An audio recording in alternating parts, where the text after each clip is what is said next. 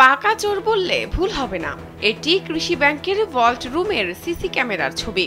এতে দেখা যায় মাথা পলিথিনে ঢাকা চোর অত্যন্ত সাবধানে রুমে ঢুকে প্রথমে সবকিছু নিবিড়ভাবে পর্যবেক্ষণ করে। ক্যামেরায় যাতে তার চেহারা বোঝা না যায় সেজন্য অত্যন্ত কৌশলে মাথা নিচু করে অনায়াসে রুমে ঢুকে পড়ে সে। এরপরই ওই চোর সাদা কাপড় দিয়ে ক্যামেরার মুখ ঢেকে ফেলে।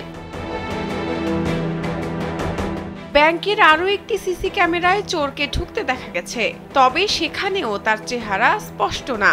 এক পর্যায়ে ওই ক্যামেরাও কাপড়ে ঢেকে দেয় চতুর চোর।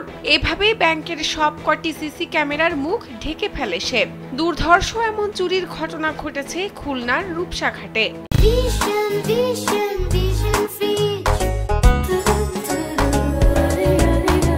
বাংলাদেশ কৃষি ব্যাংকের এই শাখায় শুক্রবার ভোর 5:30 থেকে সকাল 7টা পর্যন্ত চলে এই চুরি।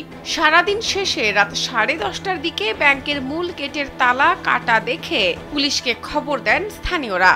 অথচ এই ব্যাংকে গার্ড থাকার কথা 3 জনের। তখন আর বোঝা যায়নি, কারণ ওই সময় দায়িত্বরত গার্ড ব্যাংকের বাইরে ছিল। সে বলতে চাচ্ছে যে তার মা অসুস্থ ছিল, চিকিৎসকের কাছে নিয়ে যাবে বলে সে চলে গিয়েছিল। এটা সে পরে বলেছে, সব না জেনে গিয়েছে। 3 জন ডিউটি করে 8 ঘন্টা করে থাকার কথা, সে ডিউটি পালন করে নাই, দায়িত্ব অবহেলা করেছে। দেখা গেছে 6টি তালা ভেঙেছে চোরটি। সিসি ক্যামেরায় একজনকে দেখা গেলেও তার সাথে আর কেউ ছিল কিনা তা জানা যায়নি। এই ঘটনায় এলাকায় চাঞ্চল্যের সৃষ্টি হয়েছে। খুব চিন্তিত যে একটা ব্যাংক দিনে দুপুর সময় ডাকাতি হয়ে যায় কি চুরি হয়ে যায়, সে নিয়ে আমরা একটা ব্যবসায়ী, আমাদের তো প্রশ্নই আসে না। এখন আমাদের নিরাপত্তা কে দেবে?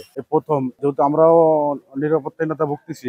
ব্যাংক কর্মকর্তারা জানিয়েছেন ভল্ট থেকে প্রায় 16 লাখ টাকা চুরি হয়েছে, যা পূর্ব পরিকল্পিত ছিল বলে মনে হয়। চোর সম্ভবত টার্গেটে ছিল যে কখন সুযোগ পাওয়া যায়। সে যে বের হয়ে গিয়েছে সেটাও সে তাকে হয়তো ছিল, হয়তো ধরা মনে হতে পারে যে চোর আশেপাশে ছিল। চুরির ঘটনায় রূপসা থানায় একটি মামলা করা হয়েছে।